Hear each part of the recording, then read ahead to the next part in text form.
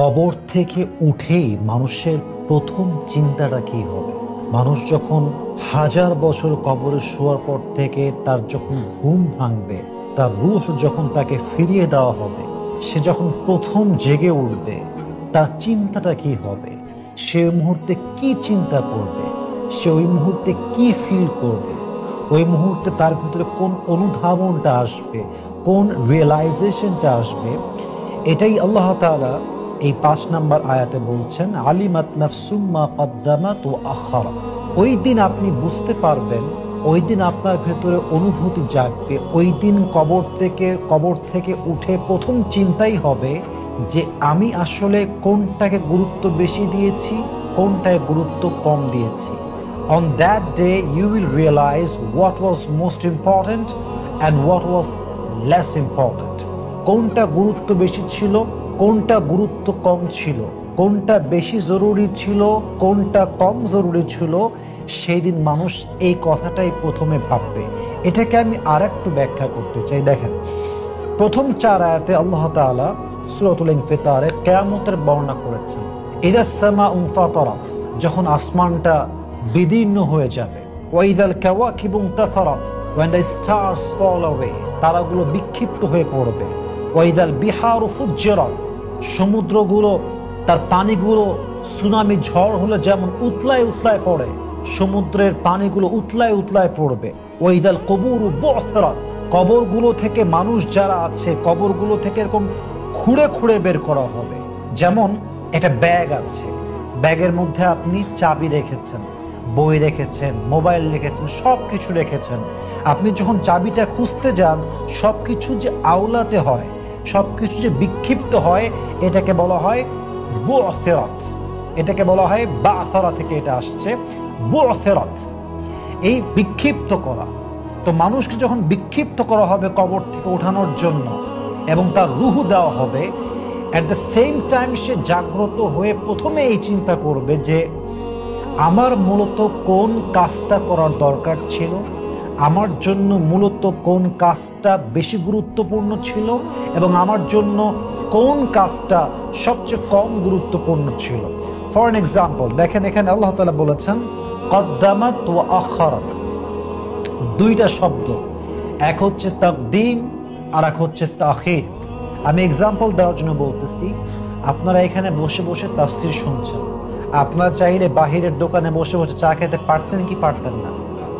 পারতেন। কিন্তু আপনার ওই কাজটা বাদ দিয়ে আপনারা তাফসীর শুনছেন, মানে আপনারা চা খাওয়ার চাইতে, আড্ডা দেওয়ার চাইতে তাফসীর শোনাকে বেশি গুরুত্বপূর্ণ মনে করেছেন। তাহলে এখানে তাফসীর শোনাটা মুকদ্দাম আর চা খাওয়া, আড্ডা দেওয়া হচ্ছে মুআখার।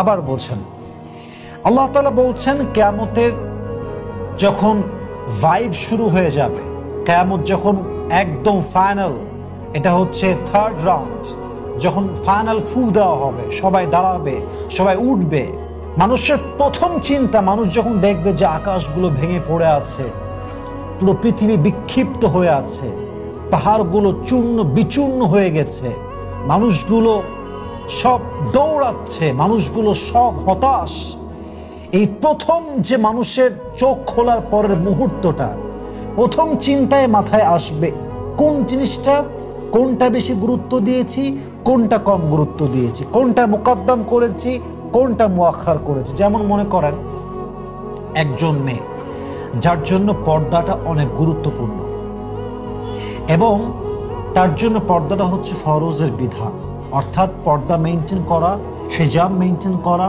নিকাব মেইনটেইন করা, it has been made obligatory, এটা ফরজ করা হয়েছে। এখন সেই মেয়েটা যুগের তালবাহানায় পড়ে পর্দাকে গুরুত্ব কম দিল, নিজেকে ফ্যাশন করা, মডার্ন করা, আরও বেশি নিজেকে অ্যাট্রাকশন করে, মানুষের সামনে অ্যাট্রাকটিভ করে নিজেকে রিপ্রেজেন্ট করাকে সে বেশি গুরুত্ব দিল। তার মানে কি হলো, সে এখানে অবৈধভাবে নিজেকে উপস্থাপন করাকে বেশি গুরুত্ব দিল, আর পর্দার যে ফরজ বিধানটা এটাকে সে কম গুরুত্ব দিল। কিয়ামতের কঠিন দিন যখন সে তার প্রথম চোখ খুলবে, কবর থেকে প্রথমে তার চোখ খুলে উঠবে, তখন তার মাথায় আসবে, ইস, আমার উচিত ছিল পর্দা করা আগে, আর হারাম ফ্যাশনকে বাদ দেওয়া। আমার জন্য সবচেয়ে তাকদীম বা মুকদ্দাম কিংবা গুরুত্বপূর্ণ ছিল পর্দা করা। আমার জন্য ফ্যাশনটা ইম্পর্টেন্ট ছিল না, আমার জন্য কি গুরুত্বপূর্ণ ছিল? পর্দা। এটা সেই দিন ফিল করবে যখন তার কবর থেকে সে প্রথমে চোখ খুলে উঠবে কিয়ামতের পূর্ব মুহূর্তে। একজন যুবক যার জন্য দাড়ি রাখা হচ্ছে একটা গুরুত্বপূর্ণ বিধান। দাড়ি এমন একটা সেন্সিটিভ আমল, দাড়ি যদি কেউ ক্লিন শেভ করে প্রত্যেকটা মুহূর্তে তার আমল নামায় 7টা করে কবিরা গুনাহ লেখা হয়। বলেন সবাই নাউজুবিল্লাহ। কিন্তু আমরা যা দাড়ি ক্লিন শেভ করছি কেন? যুগের বাহানায় পড়ে, যুগের সঙ্গে তাল মিলাতে গিয়ে। কিয়ামতের ঠিক পূর্ব মুহূর্তে যখন আপনার চোখটা খুলবে, ঘুম থেকে উঠবেন, চোখ দিয়ে সব দেখবেন, প্রথম চিন্তা আসবে, ইস আমার জন্য দাড়ি রাখাটা ইম্পর্টেন্ট ছিল, আমার জন্য এটাই ছিল তাকদীম, কিন্তু আমি এটাকে তাখির করে দিয়েছি, এটাকে আমি কম গুরুত্ব দিয়েছি। যেই বাবা ভাবতেছেন ছেলেকে বিদেশ পাঠাইতে হবে, মালয়েশিয়া যাবে, ইটালি যাবে, দুবাই যাবে, লন্ডন যাবে, আমেরিকা যাবে, টাকা নাই, কেমনে টাকা পাওয়া যায়? সুদের ভিত্তিতে লোন নেওয়া লাগবে। এখন আপনি ভাবলেন সুদ মুদ পরে দেখা যাবে, আগে বিদেশে পাঠাই। তাহলে এখানে আপনার বিদেশে পাঠানোটা হচ্ছে মুকদ্দাম আর সুদটা হচ্ছে মুআখার। অর্থাৎ আপনি পাঠাইতে পারলে বাঁচেন, এটা হচ্ছে আপনার কাছে বেশি গুরুত্বপূর্ণ। কিন্তু সুদ যে হারাম, এই আল্লাহর বিধানটা আপনার কাছে গুরুত্বপূর্ণ হয় নাই। সেদিন আপনি কি ভাববেন? আমার জন্য উচিত ছিল সুদটাকে মেনটেন করা, যে আমি সুদ খাবো না, আমি সুদ দিব না, আমার ছেলে বিদেশে যাক কিংবা না যাক আমি সুদের টাকায় লোন নিব না।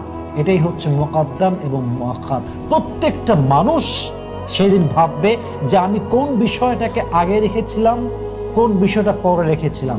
আরো এক্সাম্পল দিচ্ছি, আজান হচ্ছে, নামাজের সময় হয়ে গিয়েছে, আপনি ভাবছেন আচ্ছা নামাজটা আমি পরেই পড়বো, আগে কাজটা করি। আপনি কাজ করতে করতে নামাজটাকে বাদই দিয়ে দিলেন। তাহলে আপনি এখানে নামাজকে মুআখার করলেন আর কাজকে মুকদ্দাম করলেন। অথচ আপনার উচিত ছিল নামাজটাকে মুকদ্দাম করা, অর্থাৎ নামাজকে মোস্ট প্রায়োরিটি লিস্টে নাম্বার 1-এ রাখা এবং কাজ পরে, কাজের সময় কাজ, নামাজের সময় নামাজ। কিন্তু আপনি কি করলেন? আপনি নামাজকে মুআখার করলেন আর কাজকে মুকদ্দাম করলেন। আল্লাহ এটাই বলছেন, আলিমাত নাফসুম মা কদ্দামাত ওয়া আখারাত। কিয়ামতের 3 নাম্বার ফু যখন হবে, মানুষ যখন তার রুহুটা পেয়ে কবর থেকে উঠবে, চোখ খুলবে, তার প্রথম চিন্তা হবে, ইস আমি কোন কাজটাকে বেশি গুরুত্ব দিয়েছি, কোন কাজটাকে আমি সবচেয়ে কম গুরুত্ব দিয়েছি। এবং সে বুঝবে যেটা আমার বেশি গুরুত্ব দেওয়া দরকার ছিল তা আমি কম গুরুত্ব দিয়েছি, যেটা আমার কম গুরুত্ব দেওয়া দরকার ছিল সেটাকে আমি বেশি গুরুত্ব দিয়েছি। অতএব এটা আপনাদের মূল মেসেজ।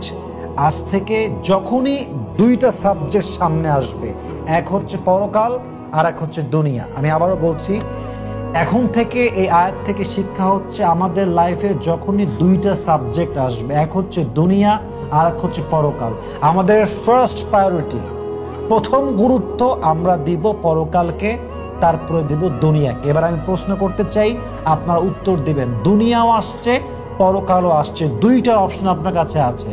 আপনি কি দুনিয়ায় বেছে নেবেন না পরকাল বেছে নেবেন? পরকাল। তাহলে আল্লাহ তাআলা বলছেন, আলিমাত নাফসুম মা কদ্দামাত ওয়া আখারাত, on that day they will realize what did they put in front and what did they put in behind. তারা কি পিছে রেখে এসেছে এবং তারা কি সামনে রেখে এসেছে, অর্থাৎ তারা কোন কাজকে বেশি গুরুত্ব দিয়েছে, কোন কাজকে কম গুরুত্ব দিয়েছে। আল্লাহ আমাদের সবাইকে এই কথাটা মানা বোঝা এবং আমল করার তৌফিক দান করুক। আমরা সকলে পড়ছি আমিন।